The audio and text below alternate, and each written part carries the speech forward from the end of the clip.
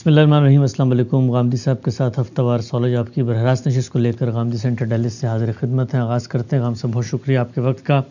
8ویں نشست ہے آج. ایک بہت ہی مارکۃ الآراء، بہت ہی نازک اور حساس ایسا فکری تاریخی مقدمہ، بلکہ میں کہوں گا کہ لوگوں نے اس کو ایک دینی مقدمے کا رنگ دیا ہے، جس کی وجہ سے امت کے اندر دو دھارے ہیں، دو نقطہ نظر ہیں، ایک خلیج ہے. آپ سے ہم جاننے کی کوشش کر رہے ہیں کہ یہ جو سوالات ہیں، سیدنا امیر معاویہ اور سیدنا علی کا اختلاف کیا تھا، لوگوں نے اپنی زندگیاں اس پہ لگا دی ہیں، باہمی تعلقات کا انحصار اس پہ ہو گیا ہے، لوگ ایک دوسرے کی بات سننے پر آمادہ نہیں ہیں. آپ کا کیا زاویہ نظر ہے؟ سیاسی منظرنامہ کیا ہے؟ حالات کیا ہے؟ تاریخ کا ارتقا اور پھر دین کی اصولی ہدایت کیسے ایک سماج کے اندر روبہ عمل ہوتی ہے، سب کو ہم ترتیب سے جان رہے ہیں. 3 سوالات کہ سیدنا علی کے، سیدنا عثمان کے رخصت ہونے کے بعد سیدنا علی کے انتخاب کی نوعیت، سیدنا امیر معاویہ نے جو نہیں مانا، اپنی حکومت کا انعقاد کیا اور پھر یزید کو اس منصب پر بٹھا دیا جس منصب پر اس سے پہلے خلفائے راشدین تھے. ان سب سوالوں کی دینی، اخلاقی، سیاسی نوعیت کیا ہے؟ آخری سوال آج میں پوچھنا چاہتا ہوں، جو ابتدا میں 4 سوالات تھے، اور میں یہ بھی بتا دوں لوگوں کو کہ پچھلے 3 سوالات پر اور آخری سوالات پہ بھی جو اشکالات، جو اعتراضات، جو ایسی باتیں جن پہ غامدی صاحب سے لوگ اختلاف رکھتے ہیں، ایک ایک کو ہم آخر میں زیر بحث لائیں گے. لیکن آج غامدی صاحب آغاز کرتا ہوں. آخری سوال، یزید بیٹھ گئے منصب پر حکمران کے، اور پھر سیدنا حسین نے ان کی اس خلافت کو ماننے سے انکار کیا، یہاں تک کہ اپنی جان بھی دے دی. عام طور پہ سمجھا جاتا ہے کہ ان کی یہ جان دینے ہی کے بعد اسلام زندہ ہوتا ہے، اور کربلا کے بعد. کیا کہتے ہیں اس پورے منظرنامے پہ؟ میں آپ کے 3 سوالوں کا جواب دے چکا ہوں.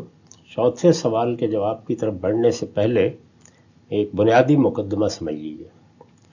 ہم جب کوئی ایک فیصلہ کرتے ہیں، خواہ وہ فیصلہ معاشرتی سطح پر کیا جائے، وہ سیاسی سطح پر کیا جائے، یا وہ معیشت کے باب میں کیا جائے، کیونکہ یہ تینوں ابواب ہماری اس دنیوی زندگی کا احاطہ کرتے ہیں، تو فیصلے کے کچھ منطقی نتائج ہوتے ہیں، یعنی اس کی کچھ کرالریز ہوتی ہیں.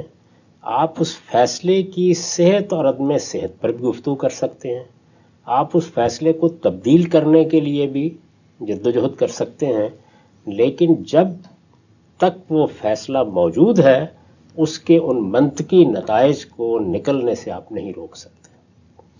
میں نے جس طرح کہ عرض کیا تھا کہ اگر آپ نے جمہوریت قائم کرنی ہے تو اس کے کچھ لوازم ہیں، بالکل اسی طریقے سے اگر آپ کوئی دوسرا فیصلہ کرتے ہیں تو اس کے کچھ نتائج ہیں. ہم جب جمہوری معاشرت قائم کرتے ہیں، جیسے کہ ہم نے دنیا میں دیکھا ہے کہ قائم کی گئی، تو اس کے ساتھ ہی منطقی طور پر ہم یہ مان لیتے ہیں کہ لوگوں کو اختلاف کا حق حاصل ہے. اختلاف سے مراد سیاسی معاملات میں اختلاف، وہ اپنی رائے دے سکتے ہیں، وہ اس کا اظہار کر سکتے ہیں، وہ لوگوں کو منظم کر سکتے ہیں، وہ سیاسی جماعتیں بنا سکتے ہیں، اور وہ انتخابات میں اپنے آپ کو ریاست اور حکومت کی سربراہی کے لیے پیش کر سکتے ہیں. ٹھیک، یہ جمہوریت کے اصول کو مان لینے کے منطقی نتائج ہیں. اگر آپ یہ کہیں کہ ہم نے جمہوریت کا اصول تو مان لیا ہے، لیکن ان میں سے کسی چیز کو ہم ماننے کے لیے تیار نہیں ہیں، تو آپ اصل میں فکر کے تضاد میں بھی مبتلا ہیں اور عمل کے تضاد میں بھی مبتلا ہیں. درست. اور دنیا میں ہر چیز گوارا کی جا سکتی ہے، تضاد گوارا نہیں کیا جا سکتا. اس وجہ سے جب بھی کوئی فیصلہ کیا جائے تو فیصلے پر گفتگو کریں، فیصلے کی صحت کے کیا دلائل ہیں بیان کریں، اگر کسی کو وہ منظور نہیں ہے تو عدم صحت کے کیا دلائل ہیں وہ بیان کریں. لیکن جب وہ فیصلہ ہو جائے گا تو اس فیصلے کے منطقی نتائج پر بحث نہیں ہوگی. میں ایک فکری سطح پر اس کی مثال دیتا ہوں تاکہ بات کو آگے بڑھایا جا سکے. آپ نے دیکھا ہوگا بہت سے لوگ ہیں وہ بحث یہاں سے شروع کر دیتے ہیں کہ معجزہ کیسے ہو سکتا ہے. تو میں ہمیشہ سے ان سے کہتا ہوں کہ خدا کیسے ہو سکتا ہے. جب آپ نے یہ مان لیا کہ اس کائنات کا ایک خالق ہے، وہ علی کل شیء قدیر ہے، تو اس کے منطقی نتیجے کے طور پر اس کو ماننے میں مانے کیا ہے؟ یہ تو عقلی تقاضا ہے اس کا کہ اب وہ پروردگار جب چاہے، جس طرح چاہے، جو قاعدے اصول انہوں نے بنا رکھے ہیں ان کے خلاف کوئی اقدام کر دے. یعنی وہ اب عادت کا پابند کیسے ہو گیا؟ عقلی طور پر آپ اب یہ مطالبہ نہیں کر سکتے. بالکل اسی طریقے سے میں نے جمہوریت کی مثال دی کہ جہاں قائم ہوگی وہاں آپ اب یہ نہیں کہہ سکتے کہ میڈیا پر پابندیاں لگانی ہیں، یہ نہیں کہہ سکتے کہ آپ نے لوگوں کو اظہار رائے سے روکنا ہے، یہ نہیں کہہ سکتے کہ اب آپ نے سیاسی جماعتیں نہیں قائم ہونے دینی، کیونکہ وہ بنائی ہی اس لیے گئی ہے، یعنی جمہوریت یا جمہوریت کا نظم وہ وجود پذیر ہی اس لیے کیا گیا ہے کہ جس طرح میں نے بہت ابتدا میں عرض کیا تھا کہ انسانوں کے اندر جو لوگ قیادت کی صلاحیت لے کے پیدا ہوتے ہیں ان کے لیے ایک چینل قائم کر دیا جائے، یعنی ان میں سے ہر شخص کے لیے اب کھلا میدان ہے، وہ میدان میں آئے گا، وہ اپنی بات کہے گا، وہ لوگوں کو جمع کرے گا، لوگوں کو جمع کرنے کے بعد ایک سیاسی جماعت بنائے گا، سیاسی جماعت کی حیثیت سے جدوجہد کرے گا، اس کے بعد انتخابات کا موقع آئے گا اپنے آپ کو پیش کر دے گا۔ تو پہلے قدم سے لے کر اس آخری قدم تک ہر چیز کو آپ کو پھر جائز قرار دینا پڑے گا، اس پر آپ پابندی نہیں لگا سکتے۔ ہمارے ہاں چونکہ ایک نیم جمہوری نیم استبدادی نظام قائم ہے ہمارے ملک میں، تو اس وجہ سے آپ دیکھتے ہیں کہ یہ کشمکش رہتی ہے، یعنی پھر اس کے بعد آپ کبھی میڈیا پر پابندی لگاتے ہیں، کبھی آپ لوگوں کو اظہار رائے سے روکنے کی صحیح کرتے ہیں، کبھی آپ کے لیے سوشل میڈیا ایک مسئلہ بن کر کھڑا ہو جاتا ہے، کبھی آپ سیاسی جماعتوں کو کل عدم قرار دیتے ہیں۔ ہمارے ملک کی تاریخ میں کئی مرتبہ یہ ہو چکا ہے، اس طرح کی کئی چیزیں آپ کرتے ہیں، لیکن اسی تضاد کے اندر آپ اپنا بھی نقصان کرتے ہیں اور اپنے ملک کا بھی نقصان کرتے ہیں۔ چنانچہ آپ کو پہلے مرحلے میں یہ فیصلہ کر لینا چاہیے کہ اگر جمہوریت ہے تو پھر اختلاف رائے ہوگا، پھر لوگ اپنے آپ کو منظم کریں گے، پھر وہ اپنی الگ الگ قیادت کے تحت پارٹی بنائیں گے، پھر آپ کو ان کی اس آزادی کو تسلیم کرنا ہوگا۔ ٹھیک، یہ بنیادی مقدمہ ہے۔ اب اگر آپ نے اس کے بالکل برخلاف جمہوریت کے بجائے ملوکیت کا فیصلہ کر لیا، یا آپ نے آج کے زمانے میں جیسے ہمارے ہمسایہ ملک چین میں ہے یہ فیصلہ کر لیا ہے کہ ایک پارٹی کی آمریت قائم کر دی جائے گی، تو اب ان میں سے جو فیصلہ بھی آپ کریں گے اس کے پھر نتائج، چنانچہ جہاں کہیں استبدادی نظم کو اختیار کیا جائے گا، ہمارے ہمسائے میں ایک اور ہمسائے میں افغانستان میں اب ایک استبدادی حکومت قائم ہو رہی ہے، یعنی مذہبی طبقے کا استبداد قائم ہوگا، اس کے لیے بھی ناگزیر ہے کہ وہ ان میں سے کسی چیز کو اب گوارا نہ کرے۔ یعنی جب آپ نے یہ طے کر لیا کہ حکومت ایک خاندان میں رہے گی، مصلحت کوئی بھی ہے اس کی، فیصلے کی کوئی بھی بنیاد ہے، آپ اس کے لیے مجبور تھے یا آپ نے اپنی آزادانہ مرضی سے کیا ہے، جب آپ نے یہ فیصلہ کر لیا، جیسے سعودی عرب میں یہ فیصلہ ہو گیا ایک صدی پہلے کہ یہاں ملوکیت قائم ہوگی، تو ملوکیت کا مطلب کیا ہے کہ ایک خاندان کی حکومت کو تسلیم کر لیا گیا ہے۔ میں اس سے پہلے بھی عرض کر چکا ہوں کہ یہ تسلیم کرنا کیا ہوتا ہے، ڈیفیکٹو تسلیم کرنا۔ میں یہاں ڈیفیکٹو تسلیم کرنے کی بھی وضاحت کر دوں، اس میں بعض لوگ غلط فہمی پیدا کرتے ہیں، یعنی ہم کہتے ہیں کہ مارشل لا لگ گیا ہے، یہ ناجائز ایک نام ہے، اس میں دستور توڑ دیا گیا ہے، لیکن جب یہ لگ گیا ہے تو اس کے بعد کیا بیوروکریسی کام نہیں کرے گی؟ کیا نیچے کی افواج کام نہیں کریں گی؟ کیا آپ پاسپورٹ لینے کے لیے کسی دفتر میں نہیں جائیں گے؟ کیا انہی لوگوں کے ذریعے سے جاری ہونے والے حدود قیود کے مطابق معاملات نہیں کریں گے؟ ٹیکس پے کریں، آپ ان کے مطالبے پر ٹیکس ادا نہیں کریں گے؟ یعنی اگر آپ یہ نہیں کریں گے تو یہ در حقیقت بغاوت کا ارتکاب ہوگا۔ تو ڈیفیکٹو کا مطلب یہ ہوتا ہے کہ ہم ایک حکومت کو نہ تو یہ کہہ رہے ہیں کہ وہ جائز ہے، نہ یہ کہہ رہے ہیں کہ وہ مشروع طریقے پر قائم ہوئی ہے، لیکن اس کا بالفعل نظم مانا جائے گا۔ اس وقت جب یہ مان لیا جائے گا کہ افغانستان میں ایک حکومت قائم ہو گئی ہے اور یہ حکومت جمہوری طریقے سے قائم نہیں ہوئی، تو اب اس کے لازمی نتیجے کے طور پر آپ یہ تسلیم کریں گے نا کہ وہ حکومت اب قانون سازی کرے گی، وہ اس قانون کا نفاذ کرے گی، وہ مجرموں کو سزائیں دے گی، وہ اپنے خلاف کسی اٹھنے والے کے خلاف بھی اقدام کرے گی، یہ سب چیزیں ہوں گی۔ اس وقت بھی آپ نے دیکھا کہ جیسے ہی کابل پر قبضہ ہو گیا اور پھر ایک گروہ نے ایک وادی میں اس کو قبول کرنے سے انکار کر دیا، پھر ایک اقدام کیا گیا نا، تو یہ وہ منطقی نتائج ہیں، یعنی جس وقت آپ کوئی فیصلہ کرتے ہیں تو اس کی پھر کورولریز ہوتی ہیں، اس کے منطقی نتائج ہیں۔ ملوکیت جہاں بھی قائم کی جائے گی وہاں آپ کو علم میں، فکر میں، سائنس میں ہزار سہولتیں حاصل ہوں، جو کہنا ہے کہیں، جو کرنا ہے کریں، لیکن سیاسی معاملات میں آزادی نہیں دی جا سکتی۔ اچھا، اس لیے کہ سیاسی معاملات میں آزادی دینے کے معنی یہ ہے کہ آپ نے ایک دوسرے نظام کے لیے راہ کھول دی، تو یا تو وہ دوسرے نظام کے لیے راہ کھولیے یعنی آپ کی قوت ایجاد وہ ادارے بنائے، اس کا کوئی نظم قائم کیجئے، جیسے کہ دنیا نے قائم کیا ہے اور قائم کر کے دکھایا ہے۔ اگر یہ نہیں ہے تو سیاسی اختلافات پھر لازمی طور پر ممنوع قرار دینے پڑیں گے، یعنی ان کا راستہ نہیں کھول سکتے۔ اس وقت کی دنیا میں دیکھ لیجیے، سیاسی اختلاف کو چین قبول نہیں کرتا، یعنی وہ اس کو قبول نہیں کرے گا کہ لوگ اٹھ کے اس وقت جو نظم حکومت چل رہا ہے اس پہ تنقید شروع کر دیں، اس میں لوگوں کو منظم کرنا شروع کر دیں، اس پر سیاسی جماعتیں بنانا شروع کر دیں، نہیں قبول کرے گا نا۔ یہ ساری چیزیں ممنوع ہوں گی۔ مارشل لا آتا ہے، سب سے پہلے سیاسی جماعتوں کو کل عدم قرار دیتا ہے، اس لیے کہ سیاسی جماعت پیدا ہی یہاں سے ہوتی ہے کہ آپ یہ مانتے ہیں کہ اللہ تعالیٰ نے جو دوسرے لوگ پیدا کیے ہیں، باصلاحیت لوگ قوم میں پیدا ہوتے رہتے ہیں، قیادت کے اہل بھی پیدا ہوتے رہتے ہیں، ان کا حق ہے کہ وہ جد و جہد کریں، ان کا حق ہے کہ وہ لوگوں کی رائے لیں۔ تو دنیا نے جمہوریت کے ذریعے سے اصل میں فطرت کے اس اصول کو روبہ عمل ہونے کا موقع دیا ہے۔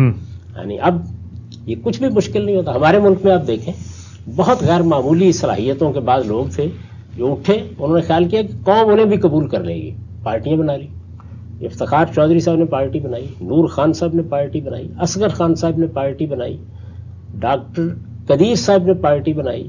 اسی طریقے سے کچھ جد و جہد ذرا نچلے درجے میں ہمارے ایک سپہ سالار نے بھی کی۔ تو یہ سب معاملات ہوتے رہے، لیکن جو جمہوریت کا اپنا نظام ہے اس میں کیا ہوا؟ اس میں یہ ہوا کہ وہ پارٹیاں نہیں چل سکیں، لوگوں میں پذیرائی نہیں ہوئی۔ سیاست اور قیادت کے لیے محض یہ کافی نہیں ہوتا کہ آپ بہت باصلاحیت ہیں، آپ پاکستان کے چیف جسٹس رہے ہیں، آپ نے فوج کی قیادت کی ہے، اس کا اصلی انحصار اس پر ہوتا ہے کہ لوگ آپ کے بارے میں کیا رائے قائم کرتے ہیں۔ تو یہ اس کی کرونری ہے۔ تاہم ان لوگوں کو بھی آپ نے پورا موقع دیا کہ وہ اپنی جماعتیں بنائیں اور ان جماعتوں کا نظم قائم کریں اور اس کے ساتھ چلیں، لیکن یہ موقع آپ سعودی عرب میں نہیں دیتے، یہ آپ چین میں نہیں دیتے، اس لیے کہ سیاسی اختلاف وہ ہو ہی نہیں سکتا۔ اگر وہ ہوگا تو ملوکیت نہیں چل سکتی، پارٹی کی آمریت نہیں چل سکتی، مارشل لا کی بنیاد پر فوج کی حکومت نہیں چل سکتی۔ اس وقت بحث یہ نہیں ہے کہ جائز طریقہ کیا ہے، جائز طریقہ صرف ایک ہے، اور وہ طریقہ یہ ہے کہ حکومتیں امرہم شورا بینہم کے اصول پر قائم ہوں، جمہوری طریقے سے ان کا انعقاد کیا جائے، لوگ فیصلہ کریں کہ کس کو حکومت کرنی ہے، اور لوگوں کی رائے سے محروم ہو کر حکومتیں ختم ہو جائیں۔ یہی مشروع طریقہ ہے، یہی صحیح طریقہ ہے، یہی جائز طریقہ ہے۔ اس طریقے کو چھوڑ کر جو طریقہ بھی آپ اختیار کریں گے، آپ یہ نہیں کر سکتے کہ طریقہ تو وہ اختیار کر لیں اور پھر اس کی کرونریز کو ماننے سے انکار کر دیں، اس کے منطقی نتائج کو قبول نہ کریں۔ تو اس لیے جہاں ملوکیت قائم ہوگی وہاں پر آپ سیاسی سرگرمیوں کی اجازت نہیں دے سکتے۔ آپ کسی شخص کو کسے باشد جبریل امین بھی ہو زمین پر اتر آئے، آپ یہ حق نہیں دے سکتے۔ یہ اس کا لازمی نتیجہ ہے کہ اب وہ آ کے حکومت پر نقد شروع کر دے، وہ اس پورے نظم کو چیلنج کر دے، چیلنج کرنے کے بعد اپنی ایک سیاسی جماعت بنائے، یہ آپ اجازت نہیں دے سکتے۔ ٹھیک، تقوی کا کیا مقام ہے، شخصیت کا کیا مقام ہے، وہ ابو حنیفہ اور شافعی ہے، کچھ بھی ہے، لیکن سیاسی معاملات میں جب اس نظم کو آپ اختیار کر لیں گے تو پھر اس کے اس تقاضے کو بھی ماننا ناگزیر ہو جائے گا۔ اس مقدمے کو ذہن میں رکھیے۔ ٹھیک، اب یہ دیکھیے کہ رسول اللہ صلی اللہ علیہ وسلم کے بعد جو حکومت قائم ہوئی، معاف کیجیے گا،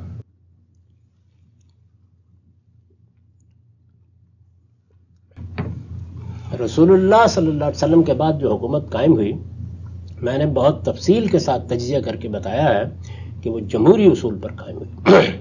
وہ جب جمہوری اصول پر قائم ہوئی، امرہم شورا بینہم کے اصول پر، تو آپ خلفائے راشدین کے زمانے میں کسی سیاسی اختلاف پر کسی پابندی کا شائبہ بھی نہیں دیکھتے۔ دیکھیے میں اس کی مثالیں دیتا ہوں۔ سیدنا صدیق کا لیے ابتدائی فیصلہ کہاں ہوا؟ سقیفہ میں۔ وہاں انصار اس بات پر اصرار کر رہے تھے کہ اس سے پہلے بھی نظم حکومت میں ان کا حصہ غیر معمولی رہا ہے، اب بھی یہی ہونا چاہیے، بلکہ اقتدار انہی کو ملنا چاہیے۔ یہ ایک سیاسی اختلاف تھا، انہوں نے کیا یہ سیاسی اختلاف۔ یہ تجویز بھی وہاں زیر بحث آئی کہ ایک حکمران یا ایک امیر مہاجرین میں سے لے لیا جائے، ایک انصار میں سے لے لیا جائے، جس پر سیدنا عمر نے یہ تبصرہ کیا کہ ایک میان میں دو تلواریں کیسے ہو سکتی ہیں، یعنی یہ تو ہو ہی نہیں سکتا، فطرت کے خلاف ہے، نظم تو ایک ہی جگہ ارتکاز کرے گا۔ یہ سب بحث ہوئی۔ اس بحث کے بعد اتفاق رائے ہو گیا یعنی رسالت مآب صلی اللہ علیہ وسلم کے فیصلے کا حوالہ دیا گیا تو انصار فوری طور پر سرفگندہ ہو گئے. لیکن انصار کے لیڈر، انصار کے بڑے رہنما، بڑی غیر معمولی حیثیت تھی ان کی، سیاسی حیثیت تھی، سعد بن عبادہ، انہوں نے اس فیصلے کو قبول نہیں کیا. اچھا، یہاں میں یہ بات واضح کر دوں کہ جس کو آپ کہتے ہیں نا بیعت لینا، تو یہ ایسا نہیں ہے کہ بیعت کوئی ووٹ دینا ہوتا ہے. یہ بھی ایک غلط فہمی ہے، اس کو رفع کریں. ووٹ میں تو آپ رائے دیتے ہیں جس کے نتیجے میں کوئی حکمران بنتا ہے. یہ حکومت کے قیام کے بعد اس سے اطاعت کا عہد ہوتا ہے. تو جب حکومتیں قائم ہوتی ہیں تو ایک اخلاقی مسئلہ ان کو پیش آ جاتا ہے نا کہ اب روز روز ان حکومتوں کو چیلنج کیا جائے گا تو وہ اطاعت کا عہد لیتی ہیں. اس وقت بھی افواج پاکستان سے یا کسی بھی ملک کی افواج سے آپ یہ تقاضا کرتے ہیں کہ اس کا سپہ سالار یا افواج کے ذمہ دار لوگ یہ اطاعت کا عہد کریں. وہ کہتے ہیں کہ ہم اس آئین کی پابندی کریں گے. یہ کیا ہے اصل میں؟ یہ اصل میں جو نظم قائم کر دیا گیا ہے اس نظم کی اطاعت کا عہد ہے. قدیم زمانے میں یہ عہد بیعت کی صورت میں لیا جاتا تھا. ایسا بھی ہوتا تھا کہ ایک پوری جمعیت سے لوگ بیعت لے لیں، ایک پوری قوم سے لے لیں، لیکن زیادہ تر یہی ہوتا تھا کہ جو بڑے لیڈر ہیں ان سے یہ تقاضا کیا جاتا تھا کہ وہ عہد اطاعت کریں. یعنی یہ حکومت کے قیام کے بعد، جیسے ہمارے ہاں حلف لیا جاتا ہے، حلف ووٹ نہیں ہوتا، وہ ہم بعد میں اٹھاتے ہیں، بالکل اسی طریقے سے بیعت کا مطالبہ کیا جاتا تھا. تو آپ جانتے ہیں کہ جب سیدنا صدیق کا انتخاب ہو گیا تو اس کے بعد اگلے دن بیعت کا مطالبہ کیا گیا. لوگوں نے مسجد نبوی میں بیعت کی. اس کا مطلب تھا کہ حکومت کو تسلیم کر لیا گیا ہے، تمام لیڈرشپ اس کی اطاعت کرنے کے لیے تیار ہو گئی ہے. سعد بن عبادہ نے یہ بیعت نہیں کی، لیکن ان کے خلاف کوئی معمولی سا اقدام بھی نہیں کیا گیا. نہیں کی نا بیعت. ترغیب دینا ایک الگ بات ہے، کسی کو توجہ دلانا الگ بات ہے، لیکن کوئی اقدام نہیں کیا گیا. ایک بڑے لیڈر کو وہ جگہ ہی چھوڑ دینی پڑی، لیکن کوئی اقدام نہیں ہوا. یہ آپ جانتے ہیں کہ سیدنا صدیق نے جب لوگوں نے حکومت کے اس اختیار کو چیلنج کیا جو ٹیکس لینے کے بارے میں ہے، یعنی زکوٰۃ دینے سے انکار کیا، تو کس قدر سخت ایکشن لیا ہے، جو اپنی جگہ ایک تاریخی اقدام بن گیا. لیکن یہاں کسی قسم کا کوئی اقدام نہیں کیا. اسی طریقے سے سیدنا فاروق کا عہد تو خیر ایسا تھا کہ اس میں کسی نے سر نہیں اٹھایا، لیکن سیدنا عثمان کے زمانے میں کیا ہوا؟ لوگوں کو ان سے اختلاف ہوا، انہوں نے خطوط لکھے، جگہ جگہ سے اکٹھے ہوئے، کسی قسم کا کوئی اقدام کیا گیا؟ جب وہ اکٹھے ہو رہے تھے اس وقت بھی کوئی اقدام نہیں کیا گیا. جب وہ مختلف جگہوں پر لوگوں کو اپنا قائل کر رہے تھے، کہیں بصرے میں اور کہیں وہاں اور کہیں یہاں، کسی قسم کا کوئی اقدام نہیں کیا گیا. وہ مدینے میں آ گئے. یعنی یہاں تو یہ خیال ہوتا ہے کہ اقدام ہونا چاہیے تھا، اس وقت بھی نہیں کیا گیا. وہ آ کے مسجد نبی میں تقریریں کرتے رہے، پھر بھی کوئی اقدام نہیں کیا. یہاں تک کہ ان ظالموں نے ایک خلیفہ راشد کو شہید کر دیا، سیدنا عثمان قتل کر دیے گئے. اتنا بڑا حادثہ ہو گیا، لیکن وہ اس کے لیے تیار نہیں ہوئے کہ اپنے ساتھ اختلاف رکھنے والوں کو استبدادی قوت کے ساتھ تلوار کے زور پر اپنا مطیع بنائیں. یعنی بات ہوتی رہی، مذاکرات بھی ہوتے رہے، سمجھانے بجانے کا معاملہ بھی ہوتا رہا. میں یہاں یہ عرض نہیں کر رہا کہ اس حد تک جو انہوں نے نرمی برتی وہ درست تھی یا نہیں. میں یہ عرض کر رہا ہوں کہ جب ایک جمہوری نظم قائم ہو گیا کہ جس کی بنیاد کسی خاندان کے تغلب پر نہیں ہے، جس کی بنیاد استبداد پر نہیں ہے، یہ کسی ایک پارٹی کی حکومت نہیں ہے، اس طریقے سے جمہوری نظم قائم ہوا تو رویہ یہ رہا. سیدنا علی رضی اللہ عنہ، یعنی آپ اندازہ کیجئے کہ ان کی حکومت کے انعقاد ہی کو چیلنج کر دیا گیا. لوگ اس پر گفتگو کر رہے ہیں، وہ خط و کتابت کر رہے ہیں، وہ اپنے دلائل دے رہے ہیں، وہ بات کر رہے ہیں. اس وقت تک کوئی اقدام ان کی طرف سے نہیں ہوا جبکہ دوسری طرف سے تلوار نہیں اٹھا لی گئی. یعنی اب جب لشکری نکل آئیں گے تو خواہ وہ جمل میں نکلیں، خواہ وہ صفین میں نکلیں. اور سب سے بڑی مثال کیا ہے؟ خود خوارج. یعنی وہ لوگ ہیں کہ جنہوں نے بیعت توڑ دی، جنہوں نے عہد اطاعت باندھا اور اس کے بعد انکار کر دیا ہے. ان لوگوں نے اپنی جمعیت کرنا شروع کر دی. ان سے کہا جاتا ہے یہ تو سرے بازار گالیاں دیتے ہیں، یہ نہ صرف یہ کہ غلط رویہ اختیار کیے ہوئے ہیں بلکہ قتل کی دھمکیاں بھی دیتے ہیں. لیکن وہ اصرار کر رہے ہیں جواب میں کہ جب اقدام کریں گے پھر دیکھو. گویا جس وقت آپ ایک جمہوری نظم قائم کرتے ہیں، ان کو جنگ کرنا پڑی بالآخر، لیکن اس وقت کرنا پڑی جب دوسری طرف سے لشکر بن گئے، یعنی جارحیت گویا سامنے کھڑی ہو گئی آگے، تو اس وقت ظاہر ہے کہ ایک حکمران جو اپنے آپ کو جائز حکمران سمجھتا ہے وہ اقدام کرے گا، بغاوت کو ختم کرنے کے لیے اقدام کرے گا، لیکن کسی جگہ پر بھی آپ یہ نہیں کہتے کہ لوگوں کو بات کرنے سے روکا جا رہا ہے، لوگوں کو جمع ہونے سے روکا جا رہا ہے، لوگوں کے راستے میں کوئی رکاوٹ اس طرح کی پیدا کی جا رہی ہے۔ اس طرح کے تمام معاملات خلافت راشدہ میں آپ پوری تاریخ پڑھ کے دیکھ لیجئے، یہ کوئی انفرادی قصے نہیں ہیں، بلکہ بالکل مجمع علیہ تاریخ میں آپ کو کوئی ایسی چیز نہیں ملے گی، اور اگر کوئی اکا دکا واقعہ ہوگا تو وہ بالکل غلط طریقے سے بیان کر دیا گیا ہوگا، ورنہ اصلاً بالکل اسی طریقے کا معاملہ رہا۔ تو میں یہ اس لیے عرض کر رہا ہوں کہ جمہوری نظم جہاں بھی قائم کیا جائے گا وہاں پر آپ کو اس کے لازمی نتیجے کے طور پر ان سب چیزوں کی آزادی دینی ہوگی۔ اس میں اقدام اسی وقت کیا جائے گا اور اسی وقت جائز سمجھا جائے گا جب کہ عملاً کوئی شخص تلوار اٹھا لے گا، یعنی پھر وہ اقدام کس اصول پر ہوگا؟ بالکل اسی اصول پر کہ جو حکومت بالفعل قائم ہو جاتی ہے، ڈی فیکٹو قائم ہو جاتی ہے، اس کو بھی قانون کے نفاذ کا اختیار ہوتا ہے، وہ بھی چور کو سزا دے گی، وہ بھی زانی کے پیٹھ پر کوڑے برسائے گی، اور اس کو جائز مانا جاتا ہے، اگرچہ حکومت کے اپنے انعقاد پر اعتراض کیا جا رہا ہوتا ہے، یعنی اسے نہیں مانا جا رہا ہوتا۔ طالبان کی حکومت قائم ہو گئی، میں پہلے دن سے کہہ رہا ہوں کہ یہ اسلام کے بتائے ہوئے طریقے کے مطابق قائم نہیں ہوئی، لیکن جب وہ قائم ہو جائے گی تو قانون بھی بنائے گی اور قانون کا نفاذ بھی کرے گی۔ ٹھیک، اسی طرح ہمارے یہاں مارشل لا آ جاتا ہے، ظاہر ہے کہ اس کے ناجائز ہونے میں کیا شبہ ہے؟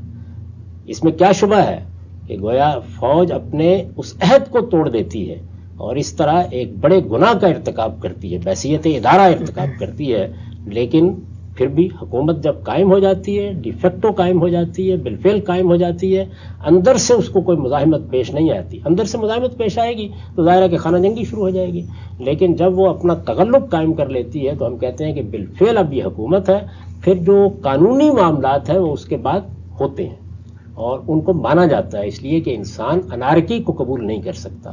یہ وہی اصول ہے کہ جب آپ نے ایک چیز کی بنیاد کو قبول کر لیا تو پھر اس کے نتائج کو بھی قبول کریں گے۔ یعنی اگر آپ نے ایک حکومت کو ڈی جیورو نہیں مانا لیکن ڈی فیکٹو قبول کر لیا، تو ڈی فیکٹو قبول کرنے کا مطلب ہی یہ ہے کہ اب یہ اختیار اس کو حاصل ہو گیا ہے کہ وہ قتال بھی کرے گی، وہ جہاد بھی کرے گی، وہ نظم و نسق بھی قائم کرے گی، وہ مختلف نوعیت کے اقدامات بھی کرے گی، قانون سازی بھی کرے گی، قانون ساز کے حیثیت سے اپنے اقدامات کو نافذ بھی کرے گی۔ تمام چیزیں اس کے لازمی نتیجے کے طور پر ہوں گی۔ تو جب آپ ملوکیت قائم کرتے ہیں تو میں نے یہ عرض کیا ہے کہ اس کا بھی ایک لازمی نتیجہ ہے کہ آپ اختلاف نہیں گوارا کی، سیاسی اختلاف، پھر عرض کر رہا ہوں کہ سیاسی اختلاف نہیں گوارا کیا جاتا۔ اگر ملوکیت سیاسی اختلاف کو گوارا کرے گی تو اپنے وجود کی نفی کر دے گی، اپنی قبر خود کھود دے گی۔ تو بحث اس پر تو ہو سکتی ہے کہ اس نظام کو دفن ہونا چاہیے، ملوکیت نہیں ہونی چاہیے، اس کی جگہ پر جمہوریت ہونی چاہیے، پھر بتانا چاہیے کیسے قائم کی جائے، یعنی اس پر بحث ہوگی، اس پر ہم بڑی تفصیل سے گفتگو کر چکے ہیں، لیکن جب وہ قائم ہو جائے گی تو پھر اس کو گوارا نہیں کرے گی، ہر حال میں اس کا استحصال کرے گی۔ اس میں پھر یہ نہیں دیکھا جاتا کہ آپ کے مقابلے میں کون ہے۔ تو جب معاویہ رضی اللہ عنہ نے یہ فیصلہ سنا دیا کہ اب ان کے بعد وہ نظام نہیں ہوگا جو خلفائے راشدین نے قائم کیا تھا، اس نظام کے بجائے اب ملوکیت قائم کی جا رہی ہے، یعنی کوئی شخص اس کو اگر جھٹلاتا ہے کہ ملوکیت قائم نہیں ہوئی تو وہ بداہت کی نفی کرتا ہے، یعنی ملوکیت کا فیصلہ ہو گیا۔ جیسے ہی انہوں نے یہ کہا کہ اب اس خاندان میں، خاص طور پر میں اپنے بیٹے کو مقرر کر رہا ہوں، تو ولی عہدی کے اس اعلان نے ملوکیت کی ابتدا کر دی۔ اس کے بعد میں نے آپ کو بتایا صدیوں تک یہی نظم قائم رہا اور صدیوں تک یہی ہوتا رہا کہ پھر سیاسی لحاظ سے کسی اختلاف کو گوارا نہیں کیا گیا۔ یعنی گوارا کرنے کی وہی نوعیت ہے کہ اگر کوئی ایسا قابل لحاظ نہیں ہے تو صرف نظر کر لیا، لیکن اصلاً حکومت یہی سمجھتی ہے جو ملوکیت کی بنیاد پر قائم ہو کہ اس چیز کی اجازت نہیں دی جا سکتی کہ لوگ حکومت کے اس نظم کو چیلنج کریں، یعنی زبانی سے بے شک چیلنج کریں، لوگوں کو اس کی دعوت دیں، اور حوصلہ مند لوگ جن کو اللہ تعالیٰ نے قیادت کی صلاحیت دی ہوتی ہے وہ اپنے پیروکاروں کو منظم کر کے اس کے مقابلے میں آئے۔ چنانچہ جب ملوکیت کا فیصلہ ہو گیا تو اس کے ساتھ ہی ان لوگوں کے بارے میں بھی توجہ دلا دی گئی جو اس وقت قریش کے ہاں نئی لیڈرشپ کے طور پر سامنے آ گئے تھے. اور آپ کے لیے یہ دلچسپی کی بات ہوگی کہ وہ سارے بھی اصل میں موروثی بنیاد پر ہی سامنے آئے تھے. یعنی مفتی محمود صاحب کے صاحبزادے کون ہیں؟ مولانا فضل الرحمان. بلاول بھٹو صاحب کس کے صاحبزادے ہیں؟ آپ جانتے ہیں. مریم ہو یا شہباز شریف ہو یا کوئی اور ہو، یہ سب چیزوں سے واقف ہے نا جی. تو موروثی بنیاد پر بھی سامنے آئی. کون لوگ تھے؟ خود قریش کے اندر سے، اس کے مختلف قبائل کے اندر سے. سیدنا صدیق کے بیٹے عبد الرحمان بن ابی بکر، یعنی آپ نام دیکھ لیجئے، جو اس وقت نئی قیادت سامنے آئی ہے. سیدنا عمر کے بیٹے عبداللہ بن عمر، عمر بن عاص کے بیٹے عبداللہ بن عمر. یہ ساری قیادت ہے جو اس وقت کی جتنی بھی ہے. سیدنا زبیر کے بیٹے عبداللہ بن زبیر، اور سیدنا علی کے بیٹے سیدنا حسین. تو اگر آپ غور کر کے دیکھیں تو یہ معلوم ہوگا کہ جو نئی قیادت پیدا ہوئی، یعنی اس سے پہلے صحابہ کرام کا دور تھا، اب یہ صاحبزادے ہیں. تو یہ سب کے سب بھی اسی اصول پر نمایاں ہوئے ہیں جو آپ موروثیت کا اصول مان رہے ہیں. یہ سامنے آ گئے ہیں. اس موقع پر اب حکومت کیا کرے گی؟ وہ ہر حال میں اختلاف کو پیدا ہونے اور سامنے آنے سے روکے گی. اور یہ باصلاحیت غیر معمولی طور پر قیادت رکھنے والے لوگ ہیں. یہ کیا کریں گے؟ اس پر آگے گفتگو خان صاحب اس پر آگے گفتگو کریں گے. ہمارا وقت یہاں پہ ختم ہوتا ہے. بہت کچھ آپ نے آج فرمایا ہے، میں چاہوں گا اس کی توضیح مزید ہو. ایک سسٹم جب بن جاتا ہے تو پھر اس کے ناگزیر تقاضے کیا ہیں، لیکن تقاضوں میں اگر سامنے کوئی نواسہ رسول کی حیثیت سے کھڑا ہو تو کیا اس کے ساتھ بھی یہی کچھ ہوگا جو کچھ ہوا؟ اور ایک اہم نازک سوال جب بات کھلی ہے تو میں چاہوں گا کہ اس پہ بھی اب بات ہو ہی جائے کہ جو فریق سامنے کھڑا ہے کیا وہ بھی خلفائے راشدین کی طرز پہ جمہوریت کی دعوت دے رہا ہے؟ اس کا اپنا فلسفہ اور نقطہ نظر کیا ہے؟ اس پر بھی انشاءاللہ بات کریں گے. وقت یہاں پہ ختم ہوتا ہے. دوبارہ حاضر خدمت ہوں گے. اب تک آپ کے وقت کا بہت شکریہ.